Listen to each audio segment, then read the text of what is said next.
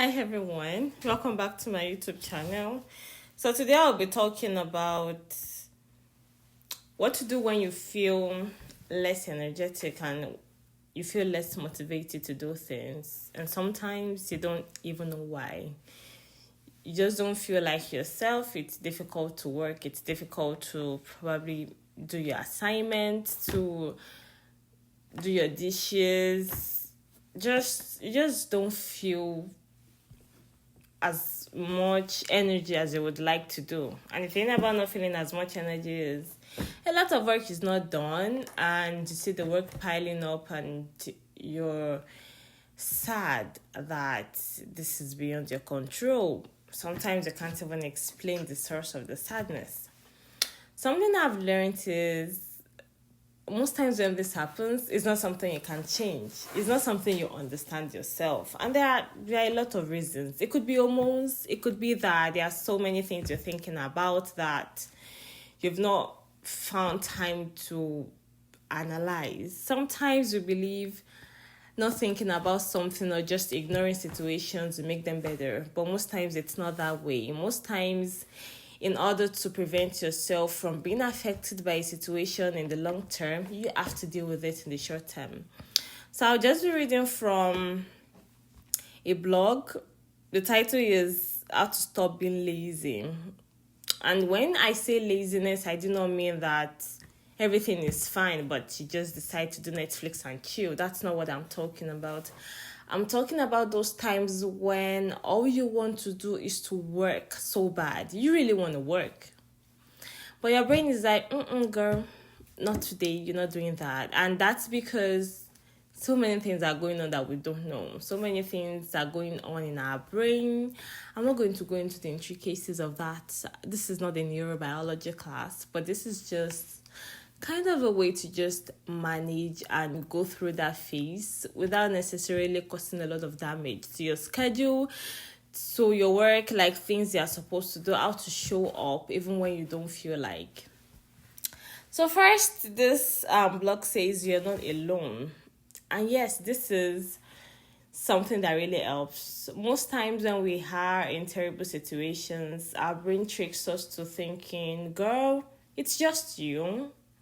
Like nobody is going through this phase. It's just you who do not know what you want to do with your life. It's just you who are going through this phase.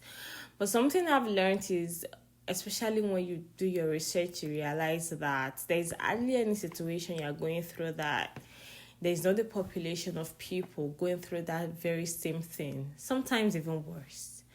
So just being in your head and convincing yourself that, oh, this is just peculiar to me. This is a one-woman situation. This is a one-man situation. This is a situation I will not be able to handle regardless of what I do. That is not going to help. So first you have to believe that what you're feeling at the time, not being able to work, you just want to just be there and do nothing. Like you don't want to engage your brain at all. And it's fine. This is not the typical laziness. And it's not right to diagnose it as that. Oh, we are just being lazy. No, it runs deeper than just laziness. So one, you're not alone and never ever feel that you hurt. Number two, old habits die hard, which means most times there are so many habits that are making this action repetitive. Like there are so many habits fueling your lethargy. There are so many things you are doing that's fueling you getting to that stage. It might not be a burnout. Sometimes when I feel like that, it's not necessarily a burnout. Sometimes, I would say most times, I cannot even explain why I'm at that stage. But one thing is, sometimes making your goals too complicated can bring you to that stage. So it's good to have goals. It's good to say, oh, this is what I want to do this morning and actually follow it through. But are you not putting a lot of pressure on yourself? Like if you've decided to read 50 pages of books a day and something happens, probably you have to care for your kids, you have to meet a deadline at work, you have to do your dishes, realize you have to cook. Sometimes you cannot meet that deadline and it's okay. It's okay to say, oh, today is an exception. I wasn't able to do what I set out to do, but I'm going to make up for this. I'm going to make the best of tomorrow. Don't beat yourself up when you set goals that you can't meet, especially when it's not that this thing is in your control. It's literally what you cannot, like, there's literally nothing you can do about the situation. Number two, expecting yourself to be perfect. Darling, perfectionism will take you nowhere. Perfectionism will make your life frustrated. Like, you will literally not be able to do anything. Yes, it's good to aspire. It's good to want to do more. But don't bring yourself to that. Don't make yourself more than human. You are human and you're not perfect, and that is okay. The main purpose of this, okay, I want to set goals, I want to do more, is not to be perfect. It's not to have an A plus and in everything. And when I mean A plus in everything, I'm not talking about grades. I'm talking about, you don't have to be 100% in every way. Just try to give yourself the opportunity for human error. Try to understand that regardless of how perfect you want things to be, darling, things are not going to be that way. Life is hard. Life is complicated. Circumstances are beyond your control. So please, do not fall into that trap of perfectionism. Do not fall into that trap of, I have to be 100% perfect for me to have a good life. Only you're going to destroy yourself that way. Don't think that way. Aspire, want to do more, set goals.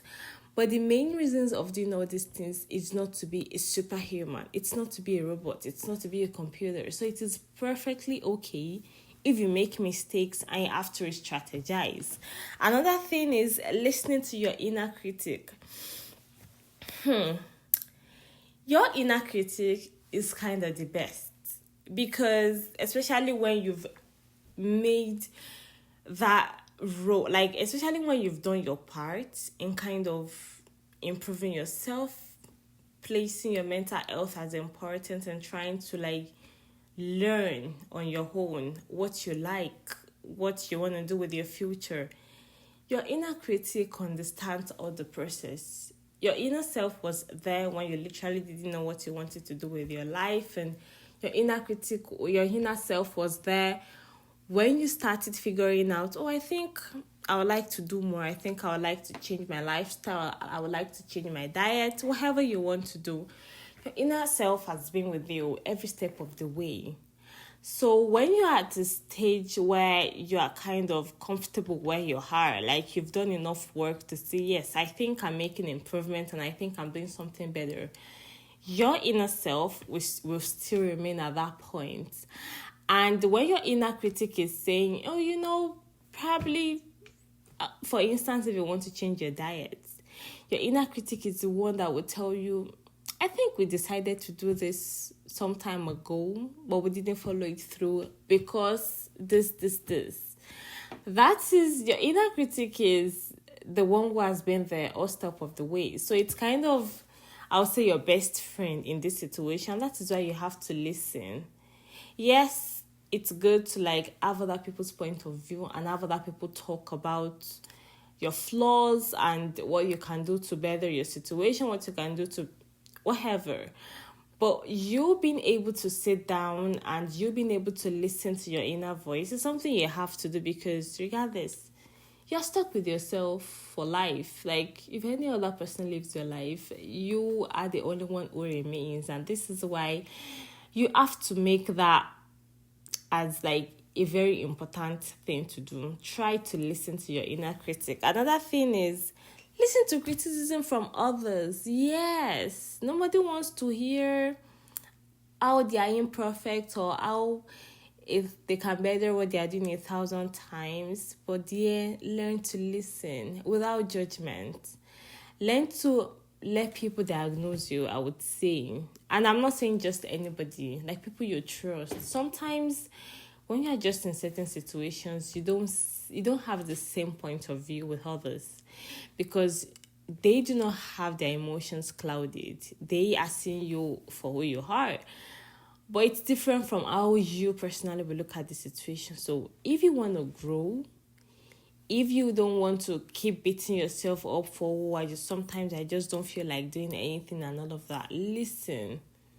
Listen to others for criticism. When people tell you, I think you can do this better, and like I said, I'm still repeating, not just anybody, people you trust, people you are safe with. That is the type of people I'm talking about. And another thing is not creating a plan of action. I realized that when I do not have a plan, it's difficult to get things done. When I do not have a plan, that's when most of the times I feel, excuse me, overwhelmed, I would say. But if, for instance, a day before I have a plan of, oh, how do I want tomorrow to be? There is a very slim chance that I'm going to wake up tomorrow not feeling like doing anything. I'm not reading that out. Sometimes your brain just plays a fast trick on you, and this is not something you can influence. But I'm saying that having goals, having a set of goals, having that realistic plan actually makes it difficult for you to fall into the deep hole of today, my brain is shutting down. I don't feel like doing anything, even though I have like a lot of deadlines to meet. So what do you start doing? How do you change that situation? How do you change being lethargic almost all the time, not feeling the energy to do things? How do you start to, like, in your own little way, how do you start to like improve that situation? Number one, create small attainable goals. 2, take time to develop a plan. 3, focus on your strength. 4, celebrate the small victories. And 5, recruit support. It's okay to feel, I don't think I can do this anymore. I need somebody. And as you know, I'm a very strong advocate for mental health. Always place your mental health first, because you can't get anything done if you're not in the right mental space. So just try to talk to somebody if you think that you've practiced a lot of things, you've tried to bring yourself out of that dilemma, but you can't. It's okay to ask for help. And so many things that also help is taking charge of your physical health. When your heart is racing, when you're sweating and you're doing exercises, it's very hard to get stuck, I would say. Place your physical health as important. Be wary of the food you eat. Exercise a lot. Do a lot of exercise. Sleep. Your sleep patterns can determine how great your life will be or how messed up it will be. Take charge of your sleep pattern. That is something I would say. Stress management. Try to recognize when you are feeling stressed and try to know the things that stress you. These are like very important. Sometimes people don't even know when they are under stress.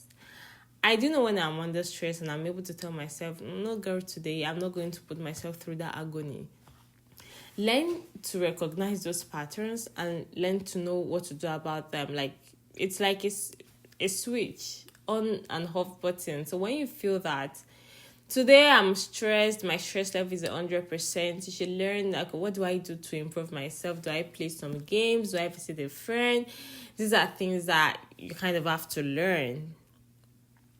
Then don't get distracted with comparison. Most times we feel, oh, this person can work 18 hours. I can only work 12 hours. Then it just means that this person is better than I am. No. You are different. You are nobody. Yes, it's good to see someone and say, yes, I love their work ethic. I love what they do. But that doesn't necessarily mean it will work for you. So everything I'm just trying to say, just to give a recap, is sometimes you feel lethargic. Like, there are sometimes you feel you don't have enough strength to do the things that are important to you. But you have to do more. You have to make sure that you're not falling into the same pit every time. Because if it's too repetitive, then that means you're missing out on life. You're missing out on work. You're not happy. You are not able to get things done. And this is absolutely not your fault. So try to learn the things that can help with this situation. Thank you so much for watching my video. And then I'm going to catch you in my next video. Bye.